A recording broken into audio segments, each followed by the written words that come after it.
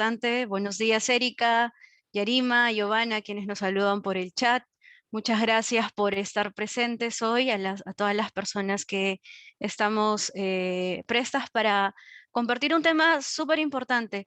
Gracias también a Javier, a Xiomara, quienes nos acompañan esta mañana para poder hablar sobre un tema, como comentaba, que ha tomado bastante relevancia e importancia en, en estos últimos años, ya que los cambios que han surgido debido a la COVID-19, a los estilos de trabajo, entre otras cosas, nos ha llevado a focalizarnos mucho más en ciertos patrones conductuales, en ciertos patrones que pueden estar arraigados a la personalidad de cada trabajador, incluso yendo un poco más allá a la naturaleza propia del trabajo, a las áreas de trabajo, a los riesgos que puede traer consigo cada área, cada puesto de trabajo, ¿no?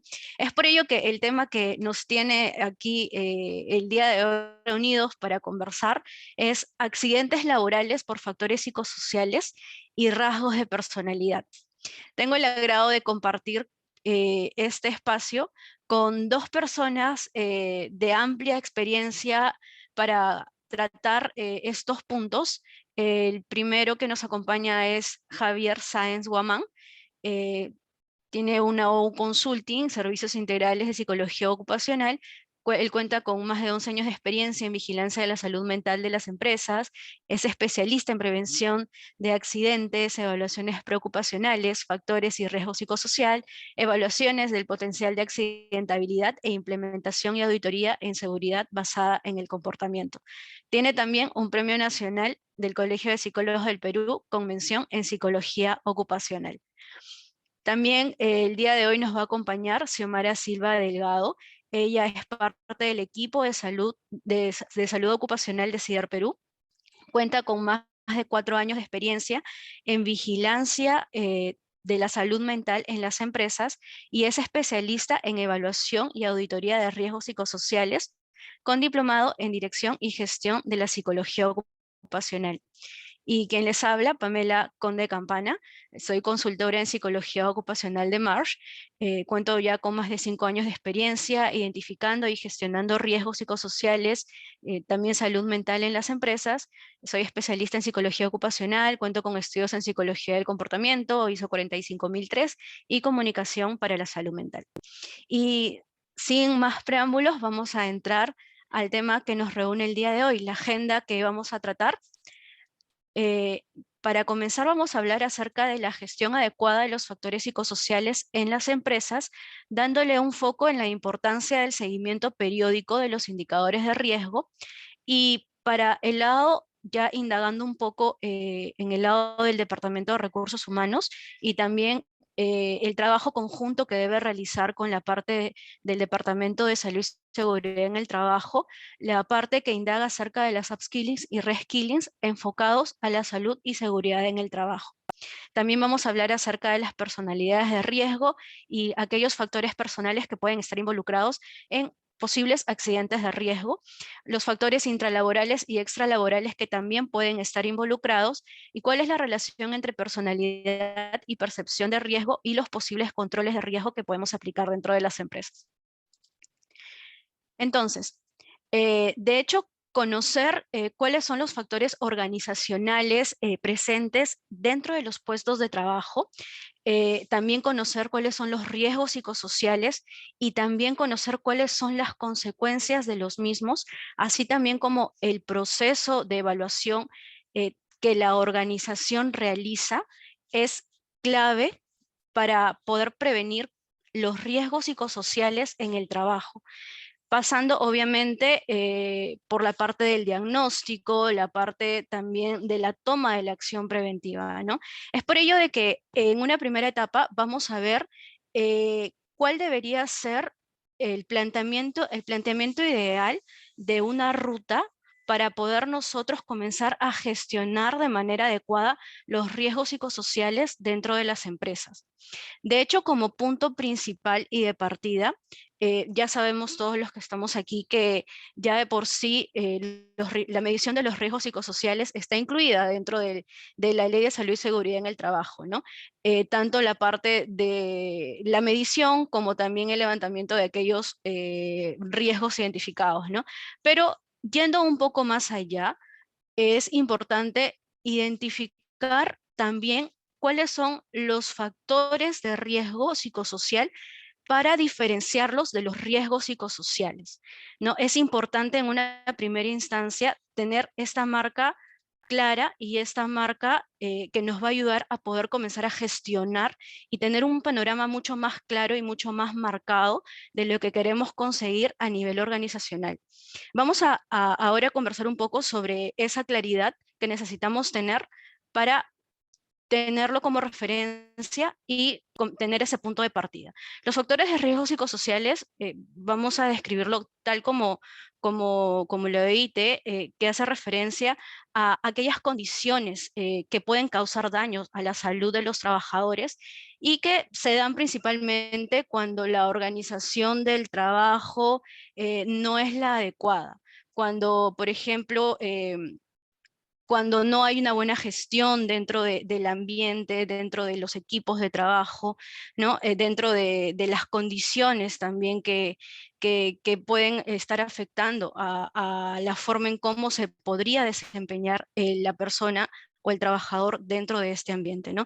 Y estos son los que deberían de ser identificados y evaluados para poder localizar las posibles fuentes que causen estos daños a la salud, ¿no?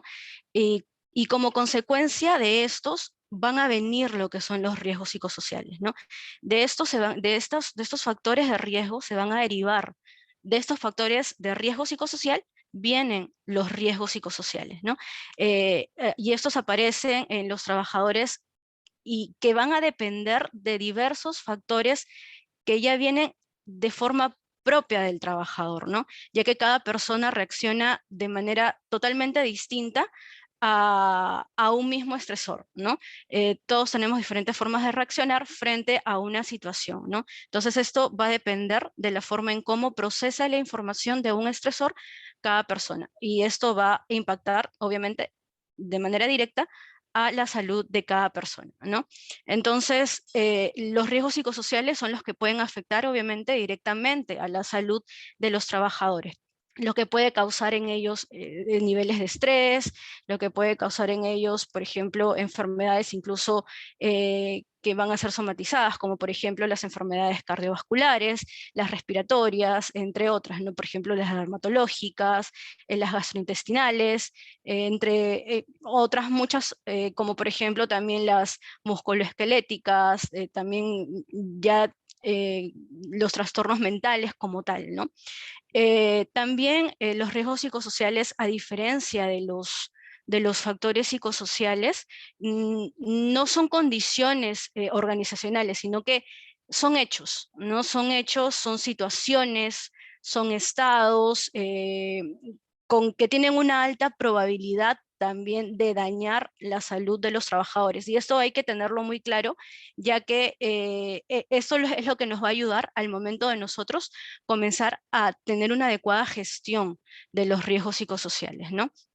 Y es por ello la importancia del segundo punto que pueden observar en este mapa, que es detectar y gestionar las situaciones del puesto de trabajo que tienen el potencial de generar riesgos a la salud o también a la seguridad de los trabajadores, ¿no?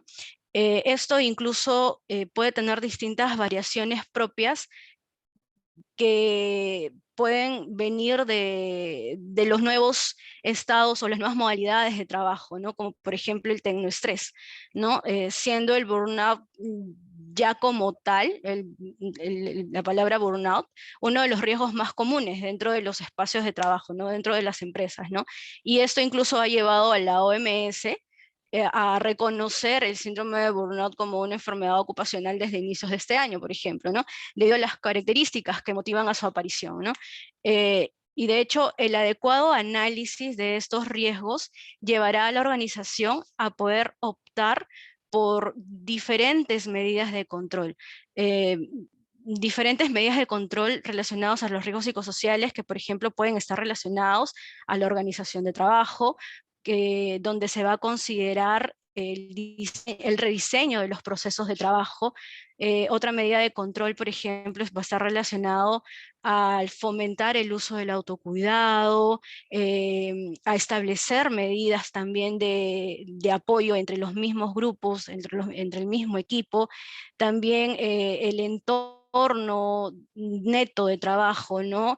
El proporcionar, el mantener de manera adecuada los equipos de trabajo para obviamente poder tener estándares de calidad relacionados a las funciones que va a estar realizando el trabajador dentro de los espacios o del ambiente de la empresa, ¿no?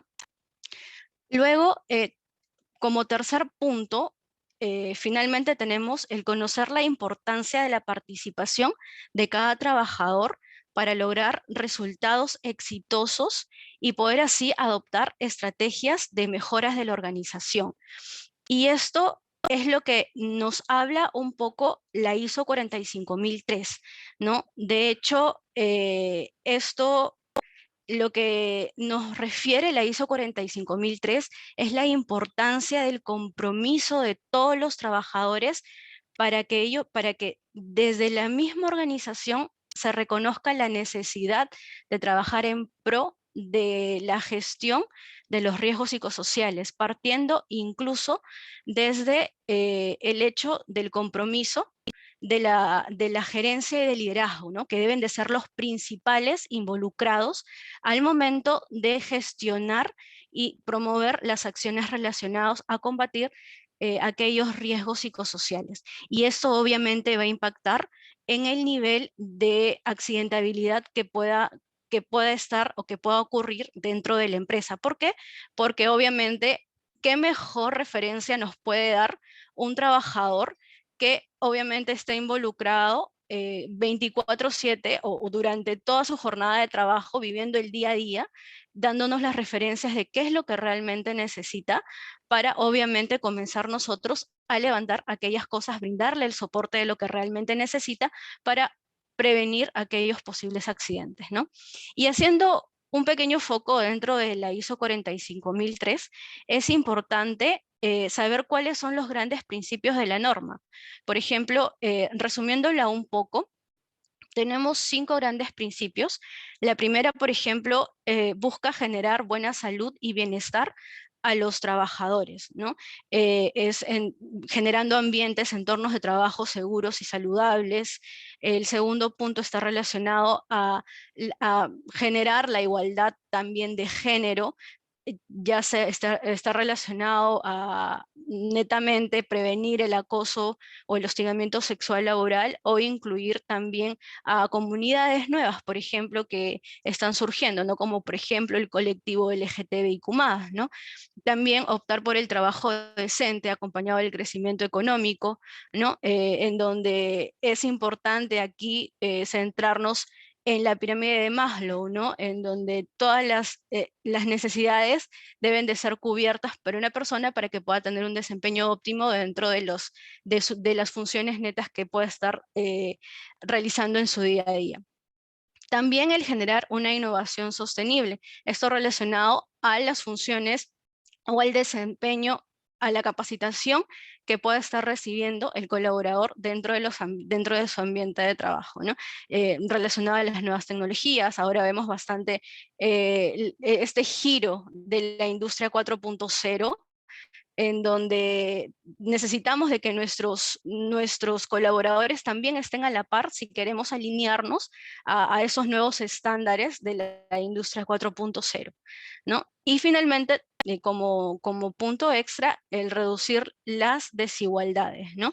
En este punto de reducción de las desigualdades hace referencia a también poder incluir a grupos minoritarios, ¿no? A que todos los colaboradores se sientan parte de la organización, a que puedan ellos desarrollar ese engagement y ese compromiso con la empresa en donde se puedan sentir parte de, ¿no? Y tomando como referencia estos puntos y este giro que nos da tanto el poder conocer un poco más acerca de los riesgos psicosociales, es clave mencionar que el éxito de la gestión de los riesgos psicosociales se encuentra netamente en su prevención. Si nosotros comenzamos a atacar ya los riesgos psicosociales cuando están en su pico máximo, cuando ya vemos un nivel de riesgo elevado o hemos visto ya un accidente, y comenzamos a hacer el análisis desde que vemos netamente el acto o de repente el hecho, puede ser muy tarde, ¿no? Entonces podemos hacer un retroceso y ver desde dónde podemos comenzar a prevenir antes de que comiencen a desatarse hechos que puedan desencadenar actos que puedan llevar a elevar una tasa de accidentabilidad, ¿no? Es por ello de que en torno a eso me gustaría preguntarles, ¿su empresa ha realizado la medición de riesgos psicosociales? Voy a lanzar la pregunta por el Zoom para que puedan votar, ¿ok? ¿Ha realizado tu empresa la medición de riesgos psicosociales? Van a encontrar ahí 4 opciones. Sí, durante este año 2022, sí, en los últimos 2 años, no, no lo hemos realizado, no, pero lo tenemos en mente. Les invito por favor a que puedan participar y puedan dejar su comentario eh, y su respuesta mediante el enlace o el cuadro que les está apareciendo ahora en pantalla.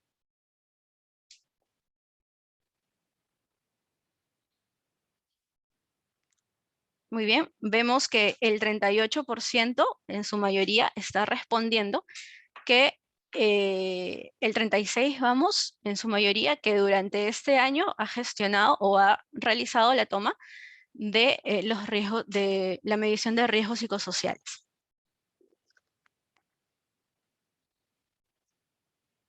Muy bien, vamos a esperar unos momentos más.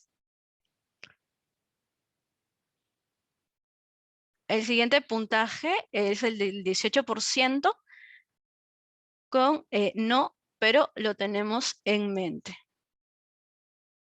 Muy bien, todavía siguen participando.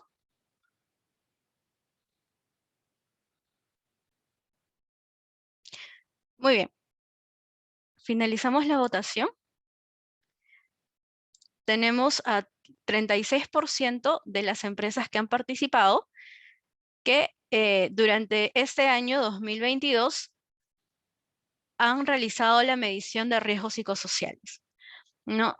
Entonces, es importante de que a partir de esa medición puedan comenzar a gestionar, pero que también, además de esa gestión, puedan comenzar también a medir los indicadores de gestión, ¿no? Es decir, que puedan comenzar a ver los cambios, a plantearse cuáles son aquellos cambios que desean lograr a nivel organizacional para llevarlos esto a una mejora continua. Mediante la mejora continua es donde ustedes van a encontrar la clave para que puedan comenzar a mejorar y a pasar a quemar aquellas etapas relacionadas a factores psicosociales que puedan mejorar dentro de las áreas de trabajo, que obviamente esto acompañado del trabajo que van a realizar a nivel del autocuidado, promoción de la salud mental dentro de sus trabajadores, va a minorar los riesgos relacionados a la salud mental de sus trabajadores. Muy bien, ¿y cómo es que puede trabajar o puede esto tener un acompañamiento incluso desde antes de la parte de la selección? De hecho, es importante mencionar aquellos datos que nos informa la Organización Mundial de la Salud, que el 25% de la población sufrirá algún trastorno mental en algún momento de su vida. Yo creo que, por no decir la mayoría, y de repente generalizarlo, todos los que estamos aquí reunidos, o la gran mayoría, hemos pasado en algún momento por alguna afección relacionada a nuestra salud mental, ¿no? Entonces, podemos formar parte en un futuro de ese 25%, ¿no? Podemos conocer a personas incluso, ya sea dentro del trabajo, personas cercanas que pueden formar o pueden estar dentro de ese 25%, ¿no? Y que obviamente van a necesitar espacios de trabajo que sean neuroinclusivos, ¿no? Entonces, parte de las organizaciones también es fomentar estos espacios de neuroinclusión, ¿no?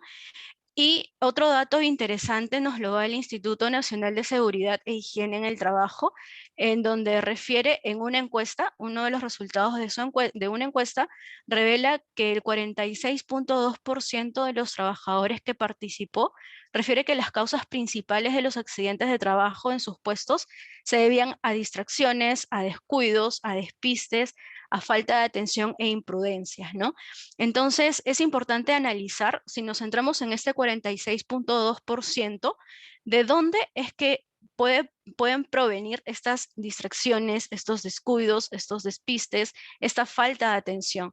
Proviene de la situación actual que pueda estar pasando el trabajador, que también es necesario que la empresa conozca desde el Departamento de Recursos Humanos, Bienestar Social, o de repente es algo ya propio de la naturaleza de las actitudes, de la aptitud, de las habilidades del trabajador, que también es importante que se conozca desde incluso antes que el trabajador ingrese a laborar. Es por ello importante la fusión que pueda realizar o el trabajo en conjunto que pueda realizar tanto el área de salud y seguridad en el trabajo como el Departamento de Recursos Humanos desde la parte de la selección, ¿no? Teniendo, por ejemplo, en claro cuáles son aquellos perfiles que desean eh, reclutar, seleccionar para el puesto específico que estén necesitando, ¿no? Relacionado también a la capacitación, al entrenamiento que se les vaya a dar para desarrollar las habilidades necesarias, ¿no? Junto al proceso de inducción también, que va a estar visualizando los posibles escenarios de desarrollo del trabajador dentro de la organización para que pueda afrontar aquellas situaciones, ¿no? Donde se va a desempeñar. Y es importante ahora centrarnos en estos dos puntos finales que son los que vamos a ampliar más a continuación relacionado a lo que son las upskillings, reskillings dentro de la organización y los perfiles y rasgos de personalidad, ¿no? Dentro de la manera general, dentro de los profesiogramas, lo que podemos relacionar para poder centralizar los trabajos o las funciones netas dentro de la organización, es importante tener clarificado un profesiograma, ¿no? Para poder, como comentaba, tener en claro todas las aptitudes, todas las funciones que nos gustaría, las capacidades que debería tener un profesional que va a ocupar cierto cargo, ¿no? Y si hacemos ya el foco para la parte de lo que son las upskillings y las reskilling, es importante primero hacer ahí una diferencia, ¿no? Eh, Primero, partamos por explicar a qué nos referimos con upskillings y reskillings, ¿no? Ambos se utilizan para referirse a aquellos procesos de adquisición de nuevas habilidades y competencias. Si, por ejemplo, nos centramos en lo que son upskillings, son aquellas habilidades que se van a desarrollar dentro de los trabajadores que los van a ayudar a que puedan desarrollar funciones para su puesto actual. Mientras las reskillings van a estar centralizadas a que pueda haber ese cambio de función, ¿no? Que van a desarrollar esas habilidades para que el trabajador pueda hacer cambio de funciones, ¿no? Que se pueda adaptar. Por ejemplo, si lo centralizamos en aquellos trabajadores que han pasado este proceso de adaptación nuevamente a la parte on y offline, ¿no? Es importante, por ejemplo, también centralizar las reskillings en aquellos líderes que van a ocupar puestos importantes, que van a estar también relacionados a la parte de salud y seguridad en el trabajo, ¿no? Para que puedan liderar de manera adecuada los equipos que pueden desarrollar actividades de riesgo crítico, ¿no? ¿Y cómo podemos centralizar las upskillings y las reskillings a la parte de prevención de accidentes? Uno va a potenciar habilidades y capacidades que van a permitir mantener un trabajo seguro. Va a permitir también de que se pueda aumentar la motivación por querer aprender, y esto va a permitir la retención del talento y va a fomentar la cultura también del aprendizaje, ¿no? El colaborador, el trabajador se va a mantener activo, va a sentir de que la organización se preocupa no solo por la mejora dentro de la organización, sino también por su mejora y su desempeño como profesional y como persona. Y también va a reducir los riesgos de accidentes relacionados a capacidades que se asumen que se deberían saber por la experiencia o por el conocimiento, ¿no? Y que esto, por lo general, puede ser un, una traba muy grande dentro de las organizaciones y al momento de la toma de decisiones, ¿no? eh, Tanto la parte de la experiencia como la parte del conocimiento, ¿no?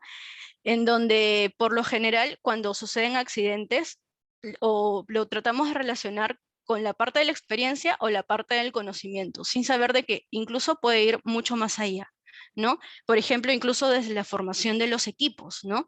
¿Qué pasaría, por ejemplo, si juntamos a una persona que tiene rasgos histriónicos, a una persona que le gusta llamar la atención, pero que no tiene un adecuado liderazgo y que no tiene buenas formas de comunicarse, junto con una persona que es pasiva, que de repente sabe o tiene conocimientos de las funciones que se va a realizar, pero que le gusta más acatar aquellas cosas que le dicen? ¿Serán estas dos personas un buen equipo para desarrollar una función o un trabajo de alto riesgo o de riesgo crítico?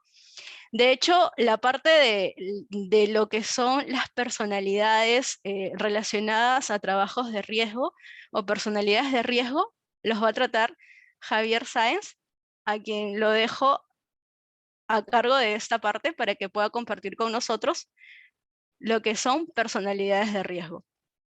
Javier, muchas gracias por acompañarnos. Buenos días, Pamela. Buenos días a Xiomara, Robert, a todos los asistentes. Gracias por su presencia en esta mañana.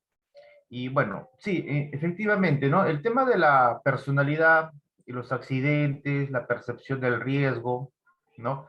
El control de estos componentes siempre va a representar un reto, no solo para las áreas de seguridad, sino también para las mismas áreas de soporte, las mismas áreas de gestión, de reclutamiento y desarrollo y retención del talento.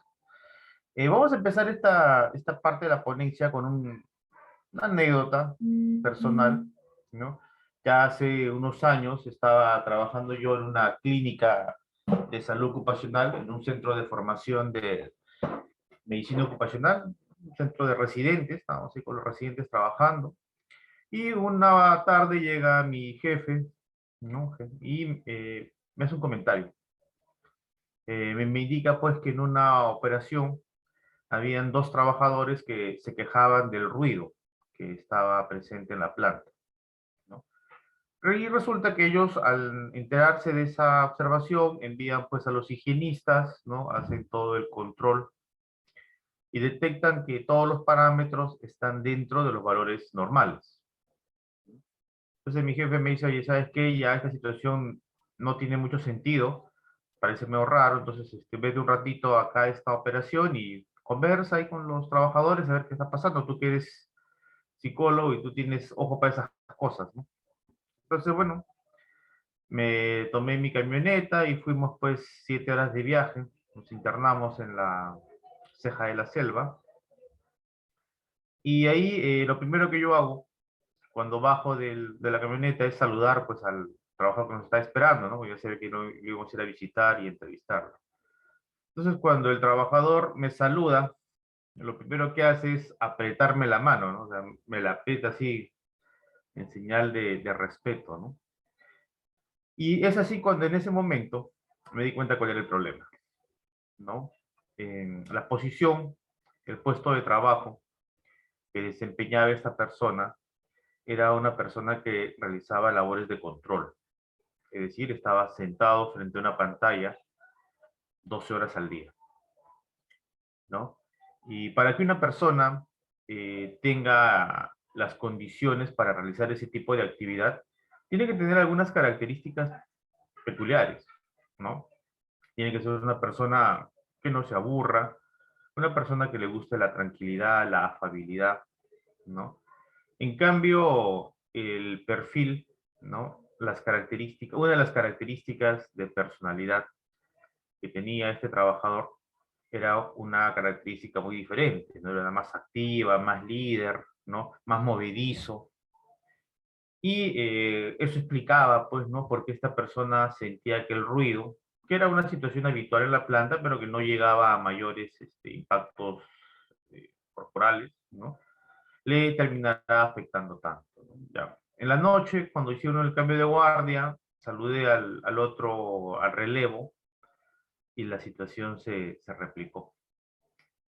Entonces, conversando ya con la empresa, ¿no? Explicando la situación, ¿no? Que el tema era que estas personas tenían condiciones personales que no eran compatibles con las actividades del puesto de trabajo y también con las condiciones locativas de la posición, ¿no? Y ahí pues había que explicar y entender, ¿no?, qué era lo que había pasado. Entonces resulta pues que estas personas inicialmente eran del team de mantenimiento de la empresa.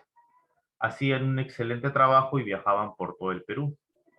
Pero como todos, queremos siempre ganar un poquito más, ¿no? Tener ese fit para irnos de viaje pues a Miami, ¿no? ¿Cómo se llama? San Andrés, ahora que está de moda Isla Mujeres, ¿no? Y en ese sentido ellos querían un aumento y la única posibilidad de hacerles un aumento era cambiarles de actividad, era pasarlos del team de mantenimiento al team de control de operación. Sin embargo, no se tomó en cuenta las características personales. Y eso quizás es algo que también nosotros tenemos que entender, ¿no? Cuando vamos a promover, cuando vamos a colocar a una persona en un puesto de trabajo, cuando lo vamos a direccionar, tenemos que tener en cuenta esas condiciones. Ahora vamos a seguir explicando esta situación, revisando también alguna información que les hemos colocado en las láminas que tenemos preparadas para hoy.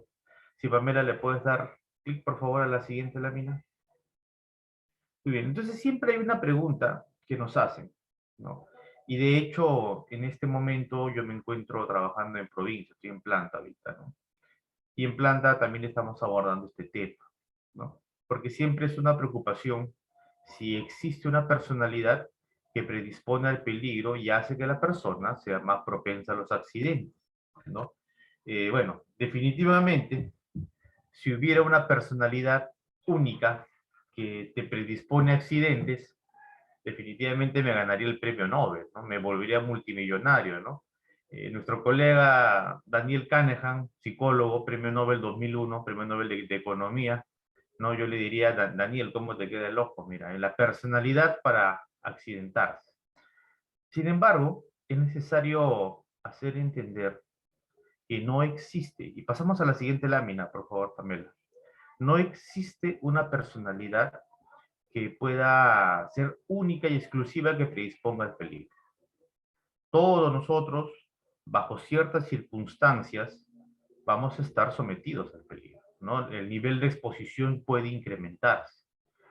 Definitivamente, hay algunas características personales que, de acuerdo a las características del ambiente, pueden hacer que esto se maximice. Sin embargo, esto no va a suceder en todos los casos, ¿no? De hecho, nosotros venimos trabajando en las plantas, en las empresas, los programas de evaluación del potencial de accidentabilidad. Y el objetivo aquí no es identificar quién es el trabajador más riesgoso, El objetivo es identificar qué factores podemos controlar para proteger a los trabajadores. Es decir, lo que predispone a los accidentes no solo es la personalidad, sino es la interacción entre aquellos aspectos personales, de aquellos aspectos externos a la tarea que van a influir de manera negativa en los trabajadores. Y esto, por favor, hay que entender lo que es a todo nivel, ¿no? Hay situaciones que pueden afectar no solo a los trabajadores del área operativa, sino también incluso a los trabajadores del área administrativa, supervisión y también jefaturas. Ya estamos teniendo gerentes con infartos, gerentes mujeres con problemas coronarios, problemas hormonales, la cantidad de problemas nerviosos, ¿no? A causa del estrés ya está empezando a levantar estadística, ya está empezando a ser significativo. Entonces, es necesario, como nos decía Pamela al inicio, empezar a tomar acciones en torno a aquellos aspectos que están dentro del trabajo y debemos de empezar a controlar inmediatamente.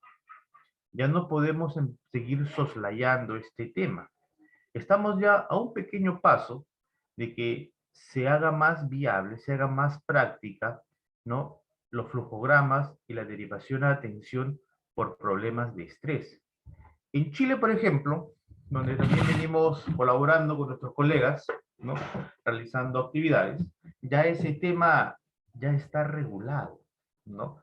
De hecho, los psicólogos allá ya están interviniendo problemas de estrés, ¿no? Como parte de la intervención en salud mental que se hace en las empresas. Por el momento, acá en el Perú, de acuerdo a la ley de salud mental, nosotros todavía no podemos hacer diagnóstico, que es lo que se necesita pues para emitir descansos, licencias, ¿no? Pero les hago el comentario, ¿no? Estamos también a un paso muy pequeño porque esa revisión de la ley ya está haciéndose a todo nivel. Universidades como la Católica del Perú, por ejemplo, están abanderando proyectos precisamente que se orientan a la revisión de la ley y le permitan a los psicólogos, ¿no? Hacer su actividad diagnóstico que tradicionalmente y clásicamente lo han hecho, ¿no? Yo conozco muy buenos psicólogos, colegas de la universidad, compañeros de estudios, dicho sea de paso, al igual que Pamela, soy sanmarquino, ¿no? Excelentes profesionales y excelentes diagnosticadores. De hecho, yo era uno de ellos, ¿no? Pero ya hace 17 años dejé la clínica y me dediqué netamente al área ocupacional. En ese sentido, también es necesario agregar lo siguiente. Pamela, por favor, pasamos a la siguiente lámina.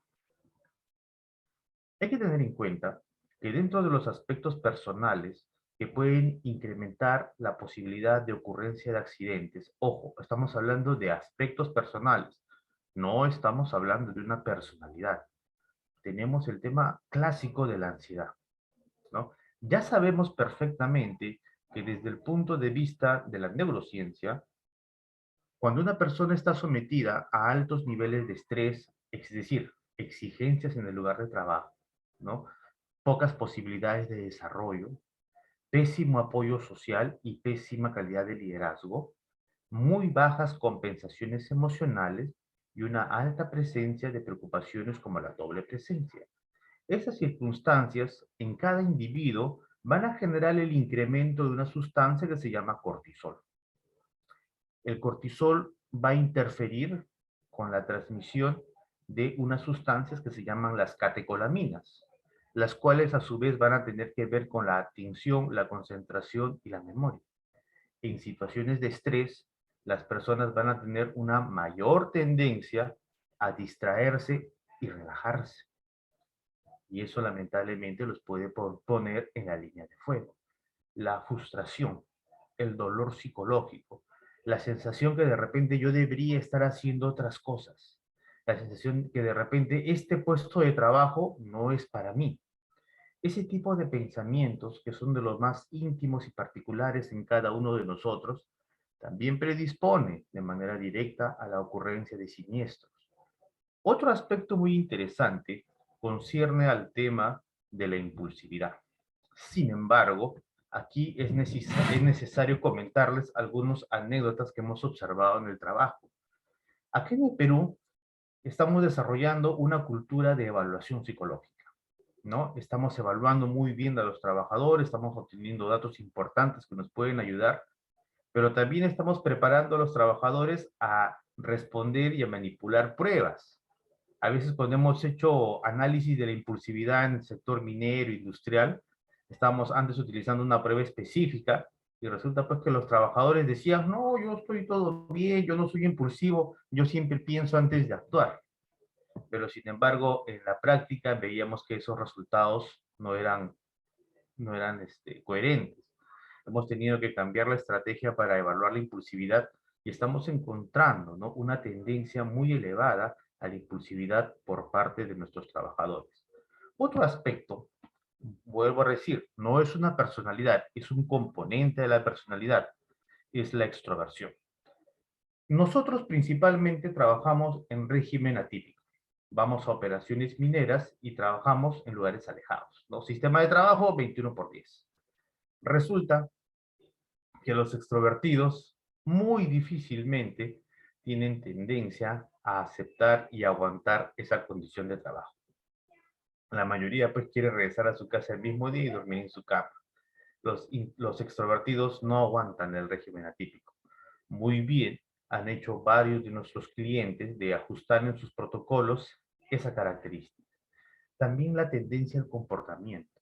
Hemos visto que hay una tendencia muy elevada a realizar comportamientos de riesgo. Y aquí también es necesario hacer un comentario. A veces nosotros podemos pensar o podemos llegar a una conclusión de que todo el problema es del trabajador. Sin embargo, la psicología de la conducta nos indica algo muy interesante. Los problemas conductuales no necesariamente todos tienen que ver con el trabajador. También tienen una relación con los condicionantes externos que puede haber en el ambiente. Y en ese sentido, a veces cuando no se tienen todas las condiciones de trabajo o cuando la empresa tiene una premura por alcanzar logros y resultados, relaja, ¿no?, y refuerza comportamientos de riesgo. Es decir, no toda la culpa lo tiene el trabajador, por si acaso. O sea, es fácil asumir esa posición cómoda, pero no siempre es la mejor opción. La percepción del riesgo también tiene algo muy parecido. Los trabajadores saben cuáles son los peligros, pero a veces cuando no hay las condiciones, se les sugiere, se les incita a que a pesar de no tener las condiciones, terminen realizando actividades de manera riesgosa.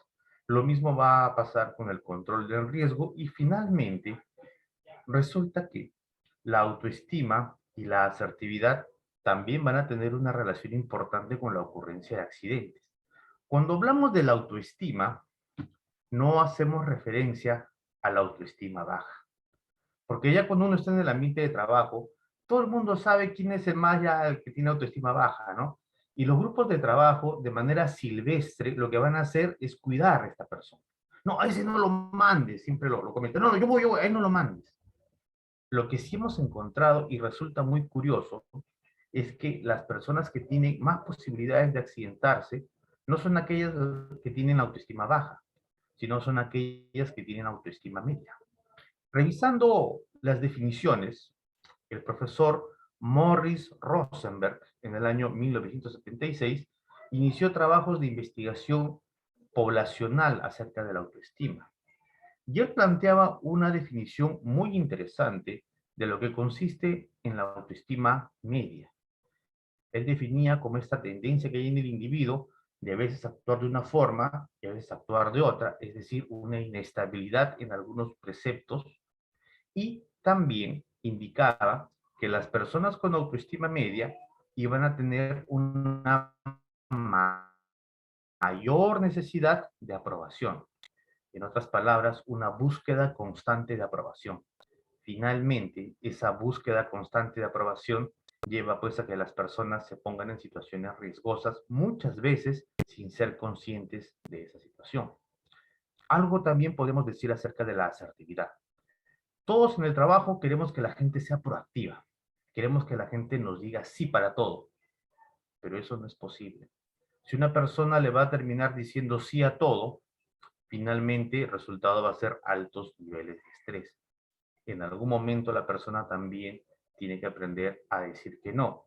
Y yo como jefe también tengo que entender que a veces hay que tener en cuenta la opinión y el comentario del trabajador. Esos son algunos aspectos personales que van a tener una mayor relación con los accidentes. Sin embargo, si tenemos presencia de estos aspectos en el campo y adicionalmente hay algunos otros problemas, como los que vamos a explicar en la lámina siguiente, por favor.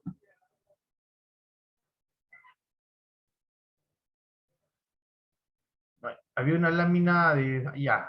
No, pasamos, pasa de frente, por favor. Sí, pásale nomás. Después regresamos. Ya. Dale, ahí.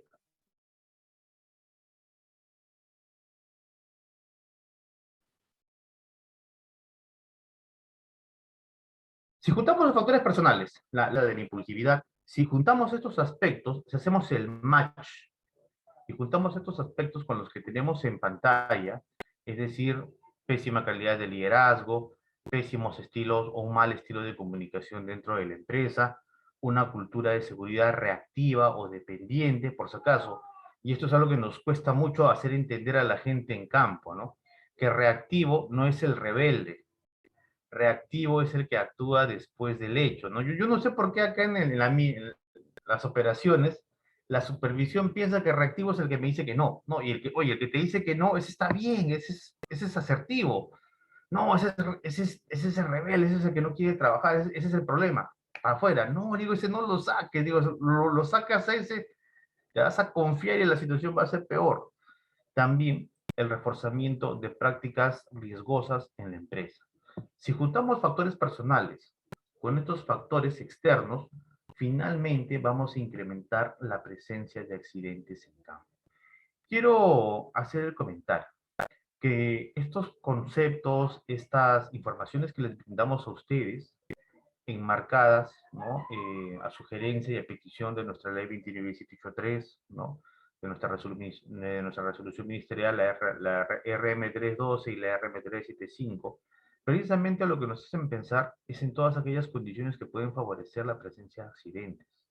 Nosotros tenemos que trabajar de manera sistemática para empezar a controlarlas, para empezar a evitar su interacción, ¿no? Y a veces eso también pasa por conocer cómo va mi supervisión, ¿no? Estamos encontrando que hay muchos clientes que están empezando a implementar buenas prácticas en ese sentido.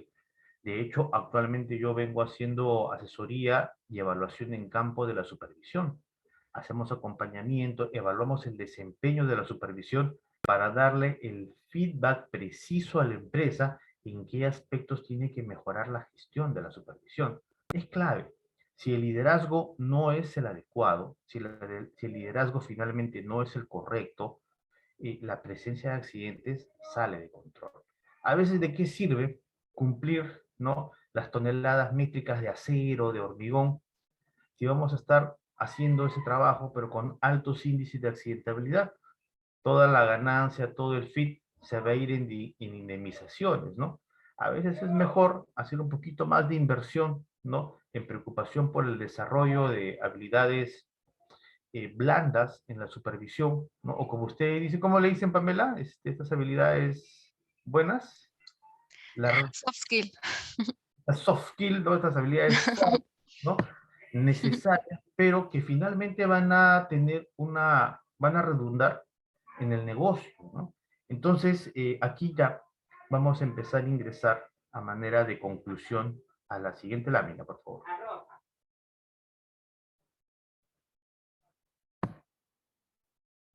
Muy bien. Sabemos también que van a existir algunos otros aspectos extralaborales, ¿no? Entonces, se iniciaría por una correcta selección de personal. Claro, o sea, hay que hacer una buena selección de personal a todo nivel, ¿no? De la gente que ingresa, pero yo creo que necesariamente habría que tener un mayor cuidado en los procesos de selección, entrenamiento y desarrollo de mandos medios, ¿no? Yo recuerdo, ya hace unos 10 años, ¿no? Me empecé a trabajar para una empresa sueca, trabajé en la Selva Norte. Y recuerdo que cuando yo ingresé a trabajar en esa empresa, yo venía de mina, ¿no? Y en la mina ustedes saben que la situación hace unos 12 años era media complicada, era bien estresante. Ahora ha mejorado bastante, ¿no? Entonces yo recuerdo que fui a trabajar en una empresa sueca y en esa empresa sueca me sorprendió a mí ver tantos programas orientados a la supervisión, vacaciones con préstamo, adelanto de vacaciones, compra de acciones para los trabajadores, para los supervisores.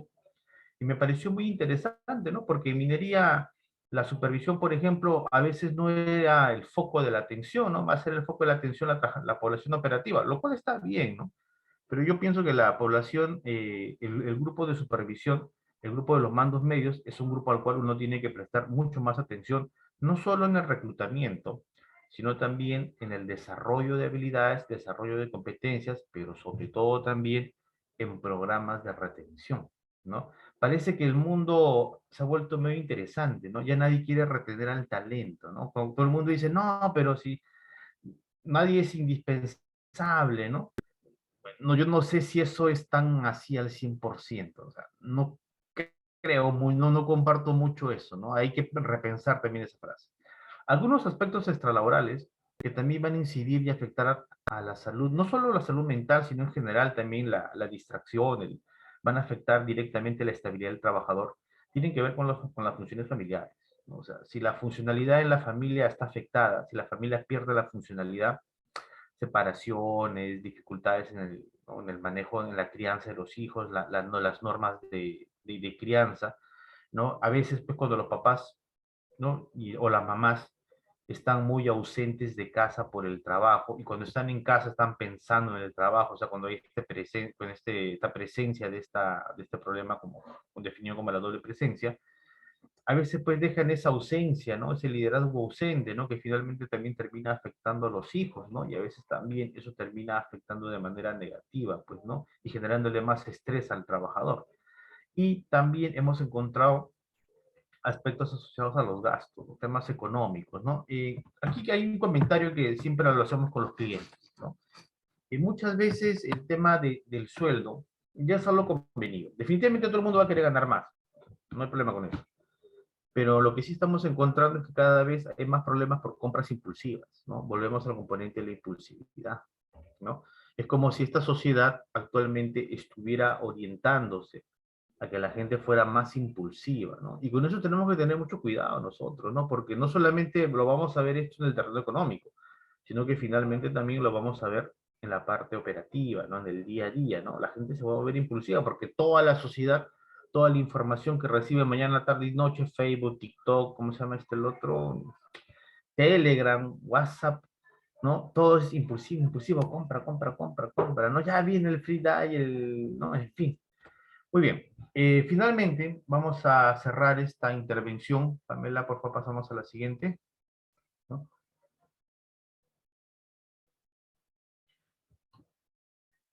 Ya, vamos a hacer comentarios acá específicos en que van a haber personalidades, pero más que personalidades, estamos hablando de factores personales, que se interactúan con factores que van a incrementar la ocurrencia de accidentes, definitivamente van a terminar generando mayores tasas de accidentabilidad. La autoestima media, ya hemos indicado, y la asertividad son dos de los componentes más básicos, más simples, que están empezando a tener relevancia, ¿no? Yo recuerdo que hace unos 3 años antes de la pandemia, estuvimos haciendo un trabajo muy interesante con un laboratorio grande en nuestro país, un análisis de muestras, y encontrábamos pues que los trabajadores que vienen sido contratados empezaban a incrementar su porcentaje de accidentabilidad. Cuando analizamos aspectos previos a la contratación, nos dimos cuenta cuál era el problema, ¿no? Los trabajadores muy proactivos, ¿no? Yo sé que a la gente le gusta la proactividad, yo sé que a todos nos gusta la proactividad, que la gente sea proactiva, que la gente sea camiseta, pero uno tiene que mirar pues con mucha atención, ¿no? No es algo tan ligero, ¿no? Uno tiene que tener cuidado, o sea, mucha proactividad, autoestima media, mucha proactividad, búsqueda constante de aprobación. Eso es una tendencia también, es un factor relacionado a la ocurrencia de accidentes. Muy bien, finalizamos entonces ya esta intervención con algunas recomendaciones importantes para los controles. Hay que trabajar con aliados estratégicos, ¿no? Recursos humanos tiene que recordar que no está solo, ¿no? Por más que así lo quiera parecer, ¿no? A veces nosotros es fácil decir, no, no, que nosotros contra el mundo, recursos humanos, los sacrificados, nadie nos entiende, ¿no? hacemos horas extras, ¿no? Y ni siquiera nos ponen el Uber de regreso a casa, ¿no? Ya. Uno tiene que trabajar con aliados estratégicos, tiene que recibir feedback. Operaciones, seguridad son los principales promotores de feedback que puede ayudar a ajustar nuestras actividades. También tenemos que empezar a mejorar la selección, definitivamente, ¿no? Y es más, ¿no? Yo recomendaría, ¿no? A toda la gente de RH que por ella empieza a leer o enterarse de estas nuevas técnicas de investigación de accidentes, ¿no? Que haga un pequeño cursito, un tallercito de el método ICAM, ¿no? Para la investigación de accidentes, ¿no? Claro, pero yo soy recursos humanos, ¿eso de qué me sirve? Eso te va a dar marco de comprensión, te va a permitir por qué es importante poner la atención a algunas variables de la personalidad y el comportamiento, que más adelante también pueden ayudarte a disminuir la tasa de accidentabilidad. También hay que reforzar el conocimiento y la práctica del IPERSE a todo nivel constantemente. No, pero Javier, eso solamente es para la gente operativa. No, a todo nivel, en todos los procesos. La capacitación a la supervisión, el trabajo con la supervisión, informarle estos conceptos a la supervisión, enseñarles un poco de psicología a los supervisores, psicología de la buena, ¿no?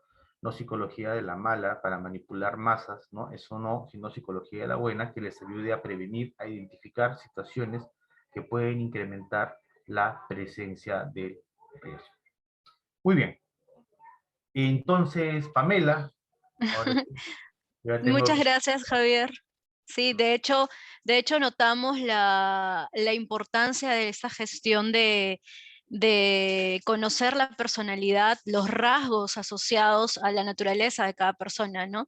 Y de hecho, como buenas prácticas para centralizar el desarrollo de estos planes dentro de las organizaciones, tenemos también a Xiomara Silva, que es parte del equipo de Salud y Seguridad de CIDAR Perú, quien nos va a comentar sobre cuáles son las buenas prácticas dentro de su organización para poder gestionar parte de lo que son riesgos psicosociales y también planes relacionados a prevención de accidentes centralizados en rasgos de personalidad.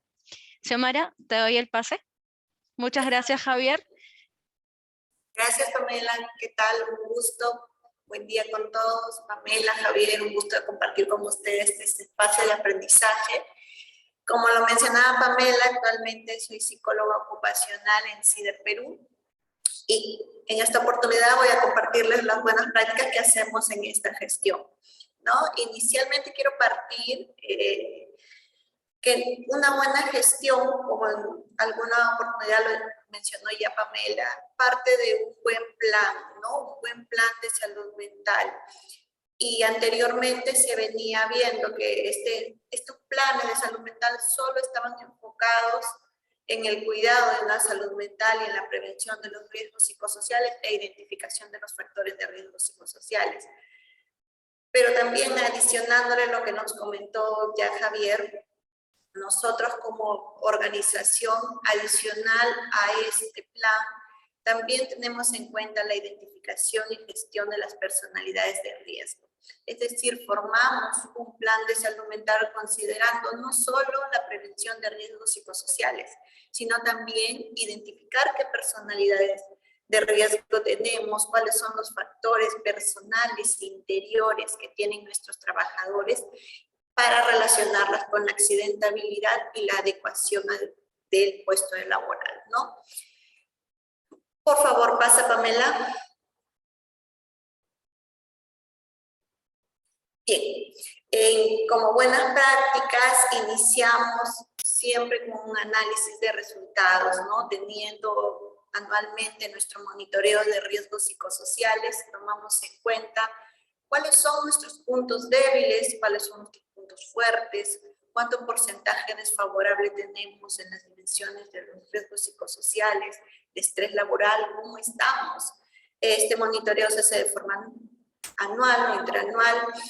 Y el año pasado comentarles que, por ejemplo, en este estudio anual que se hace, se adicionó, sabemos que la pandemia nos ha dejado golpeados emocionalmente, casi todos, por no generalizar, hemos pasado por algún duelo, alguna pérdida conjunta de la familia, muchos familiares directos han perdido el trabajo, la adecuación a la modalidad remota, ¿no? Entonces, todos estos factores han podido desencadenar y desarrollar rasgos ansiosos y depresivos después de contagiarte o vivir una experiencia COVID.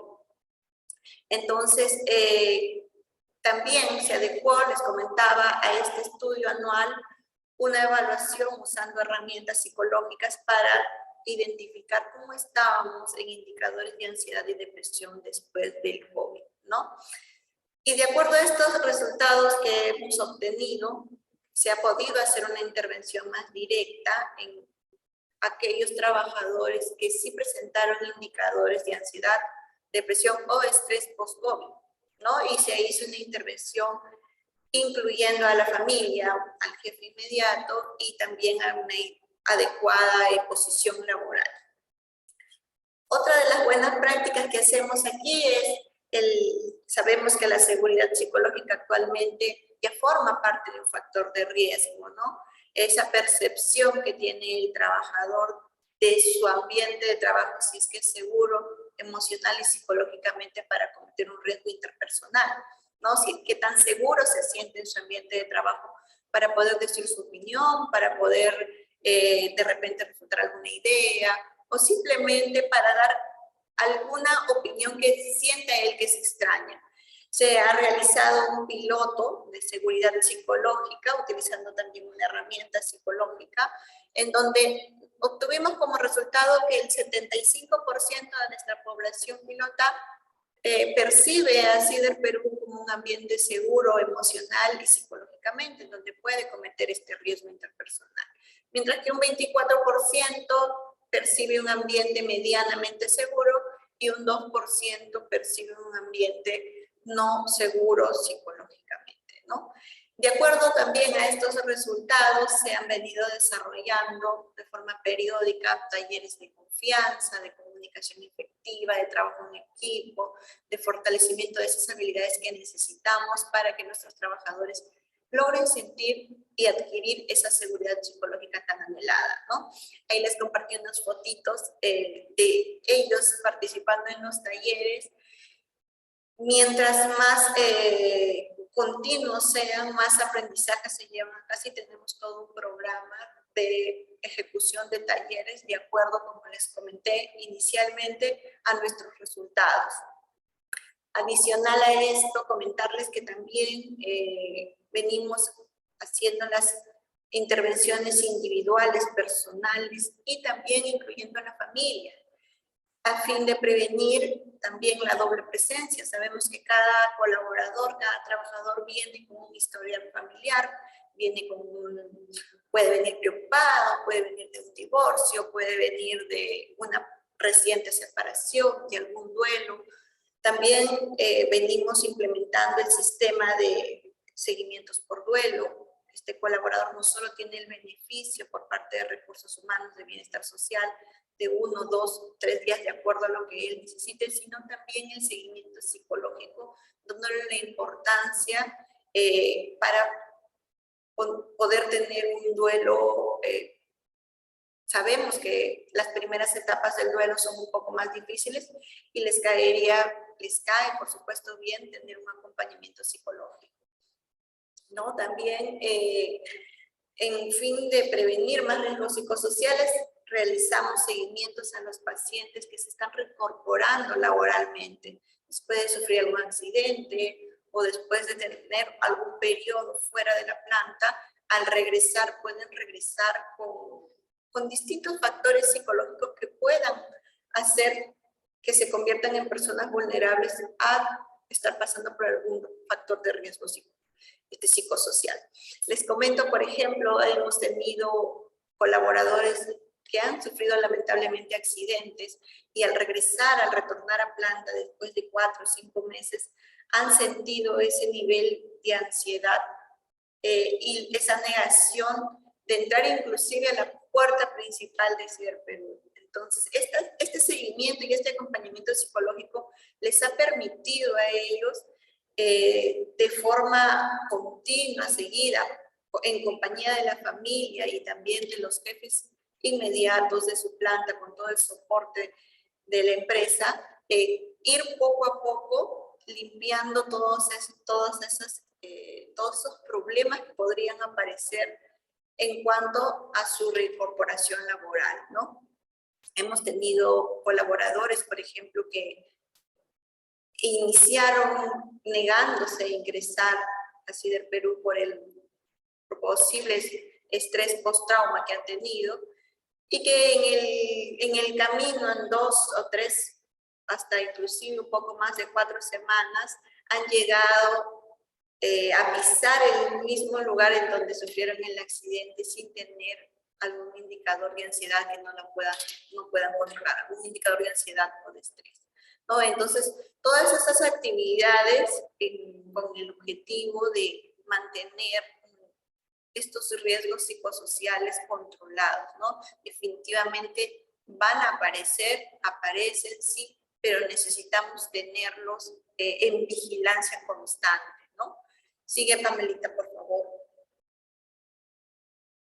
Y así como también realizamos buenas prácticas para la gestión de riesgos psicosociales, también lo hacemos, como les comenté inicialmente, en la identificación y gestión de personalidades de riesgo. Vamos a ver adecuar un puesto laboral a un trabajador que, por ejemplo, tiene la personalidad con demasiada fuerza interior, que se siente demasiado seguro, un colaborador que es extremadamente valiente, que a todo le dice, sí, yo puedo hacerlo, sí, no te preocupes, el miedo es para cobardes, yo lo puedo hacer, es muy valiente.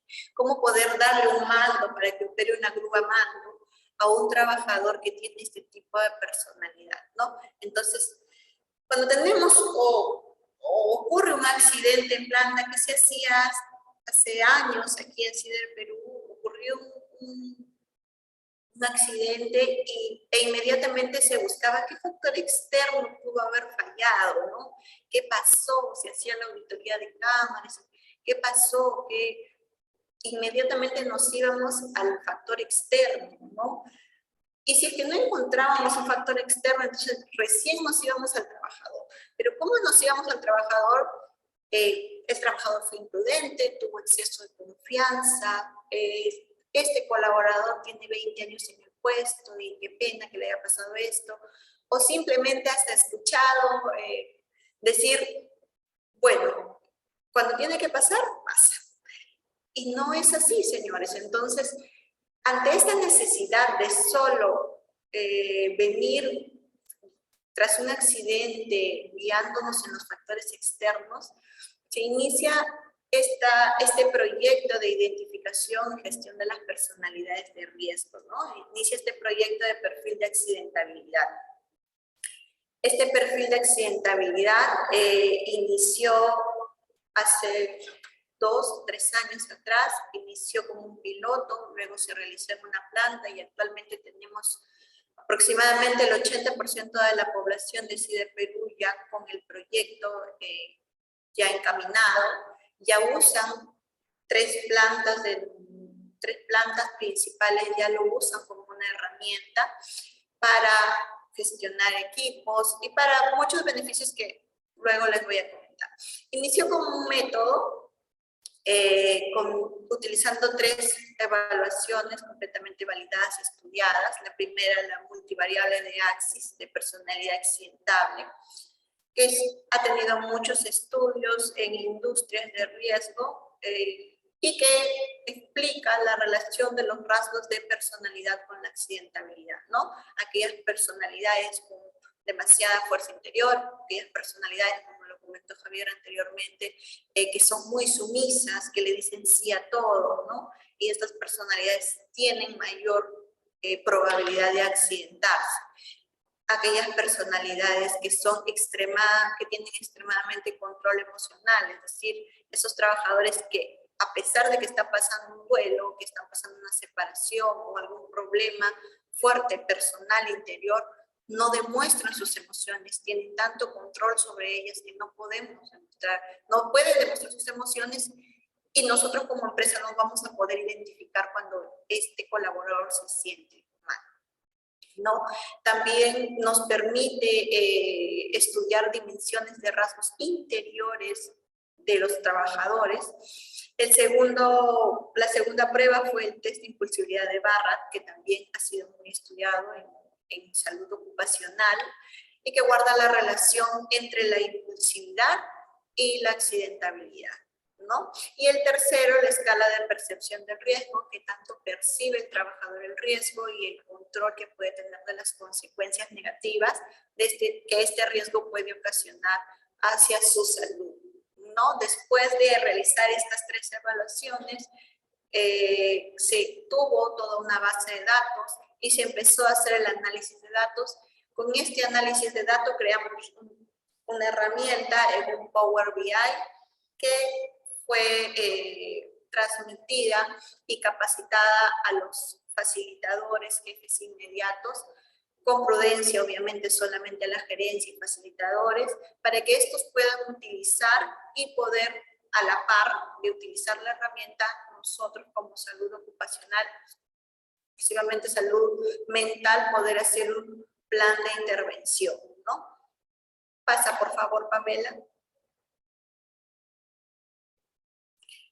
Este es una captura del Power BI que tenemos, en donde tipificamos de acuerdo a las 3 evaluaciones que se han realizado, la personalidad accidentable, la impulsividad y la percepción del riesgo en 3 categorías que están semaforizadas por color. Esto para un mejor entendimiento, para que los líderes puedan tener esta herramienta de fácil entendimiento, donde una categoría verde amerita un riesgo bajo, una categoría amarillo amerita un riesgo medio y una categoría roja amerita un riesgo alto, ¿no? La suma de estas 3 evaluaciones es lo que te da el perfil de accidentabilidad. Por ejemplo, este es un BI de un colaborador que está en la categoría C. Tiene algo probable de accidentarse en cuanto a personalidad accidentable, es altamente impulsivo y tiene una baja percepción del riesgo. Entonces, este señor, por ejemplo, en la parte inferior podemos ya ver un análisis de las dimensiones de cada prueba, y con ello podemos, de forma clara, se puede identificar. Así como él está en C, también podemos identificar a los colaboradores que están en B y a los que están en A. ¿Qué beneficios nos dio esta herramienta, estudiar e identificar las personalidades de riesgo en nuestra planta? Que nos permitió intervenir en ellos. Principalmente empezamos en colaboradores que estaban en categoría C y en categoría B. ¿Para qué? Para dar una intervención más integral, ¿no? Más individualizada. ¿Qué estaba pasando con este señor? ¿Por qué no percibe el riesgo? ¿Por qué es impulsivo? ¿No? Después de la pandemia nos dimos cuenta también gracias a este proyecto, que después de la pandemia, el año pasado, casi la mayoría de trabajadores tenía alto puntaje en dolor psicológico. Muchos de nuestros trabajadores perdieron a familias, muchos perdieron sus casas, se endeudaron. Tenemos un gran porcentaje de trabajadores que tienen fuera de la planta algún negocio pequeño, algún emprendimiento, y los tuvieron, muchos de ellos los perdieron. Entonces, este dolor psicológico aumentó. Gracias a esta herramienta pudimos hacerle una intervención más, como les dije, más individualizada. Y en el camino nos dimos cuenta, por ejemplo, que había colaboradores con categoría C que meritaban un riesgo alto, que estaban operando grúa mano, que es un puesto laboral de riesgo alto. Estaban en grúa cabina, estaban en puestos de gran riesgo, ¿no? Entonces, ¿qué se hizo? Se hizo un cambio de puesto para lograr una adecuada posición laboral hasta que el colaborador pueda tener alguna mejora, ¿no? También nos aportó en la mejor gestión de equipos. No podríamos juntar a personalidades que sean sumisas todas en un mismo equipo, porque si no, no íbamos a cumplir con el objetivo, ¿no? Entonces se utilizó para gestionar mejor y escoger mejor a los equipos.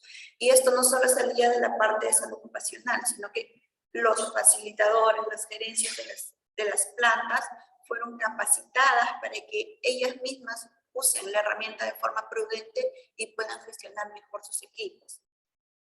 Y con esto también se hizo un plan para el desarrollo de habilidades necesarias. Se utilizó este proyecto como base para otro proyecto que espero en alguna otra oportunidad poder comentarles, ¿no? Que es un desarrollo de perfil de puestos que fue inicialmente dirigido hacia grueros y hacia multiplicadores de seguridad, teniendo como base este proyecto de personalidad accidentable para que puedan desarrollar las capacidades que necesitaban para en fin del cuidado y la prevención de accidentes, ¿no? Y también nos permitió intervenir en la percepción del riesgo. Nos dimos cuenta, hicimos un mapeo de cómo estaba nuestra situación en cuanto a percepción de riesgo, cuánto percibían nuestros trabajadores el riesgo, ¿no? Algunos, en algunas oportunidades tuvimos colaboradores que, les cuento, en las prácticas, no creían en la psicología, ¿no? No creían, todavía teníamos ese mito, inclusive no solo en operarios, sino en administrativos. Pero viendo la relación que tiene la personalidad y también en el sistema de seguridad que nosotros tenemos, aquellos trabajadores que, por ejemplo, tenían la personalidad o que salían tipificados en C y en B, guardaba relación con el número de abordajes recibidos que tenían y que estaban registrados en el sistema de seguridad y que también guardaban relación con las notas de seguridad que tenían. Entonces, se ha demostrado que esta es una herramienta completamente validada, que nos está sirviendo, ya tenemos poco más de 2 años utilizándola y nos va bastante bien, ¿no? Inclusive cuando hay incidentes, recurrimos inmediatamente a la herramienta para ver qué ha pasado con ese colaborador, pero ya no solo viendo el factor externo, sino también viendo el factor interno, ¿no? Las características, cómo es este trabajo. Y bien, eso quería comentarles, que estas son nuestras buenas prácticas en CIDER Perú. De esta forma trabajamos para gestionar nuestros riesgos psicosociales y también identificamos las personalidades de riesgo, la percepción del riesgo, todo con el fin de cuidar y velar nuestra salud mental y de nuestros trabajadores. Muchas gracias, Pamelita. Gracias, Xiomara, gracias por este espacio y de hecho el punto de tener en cuenta cuáles son los factores internos que pueden fusionarse con aquellos factores externos que nos pueden llevar a provocar o a tener ese índice de accidentabilidad, va a ayudar a que los departamentos tanto de salud y seguridad en el trabajo y recursos humanos, como comentaba Javier también, que deben de trabajar a la par, puedan estar prevenidos, ¿no? Puedan tanto realizar un análisis desde la parte de la selección, desde incluso mucho antes de que el trabajador ingrese, ¿no? Desde incluso anteponerse al suceso, ¿no? Comenzar a trabajar incluso planes desde sin siquiera ver el terreno, ¿no? Tener todo un greenfield para poder comenzar a desarrollar todo lo necesario para obviamente que una vez que se sume la persona que ellos seleccionen como idónea, tanto por la parte de recursos humanos como salud y seguridad en el trabajo, obviamente los índices de accidentabilidad tanto relacionadas al entorno de trabajo, los relacionados al puesto de trabajo con los factores internos de la persona que se vaya a sumar, obviamente hagan un buen match y eso impacta directamente en el índice de accidentabilidad, ¿no? Obviamente esto reduciendo los números y los niveles de accidentabilidad dentro de la empresa. Muy bien, muchas gracias, Omara. Muchas gracias a todas las personas que nos han acompañado hasta este momento.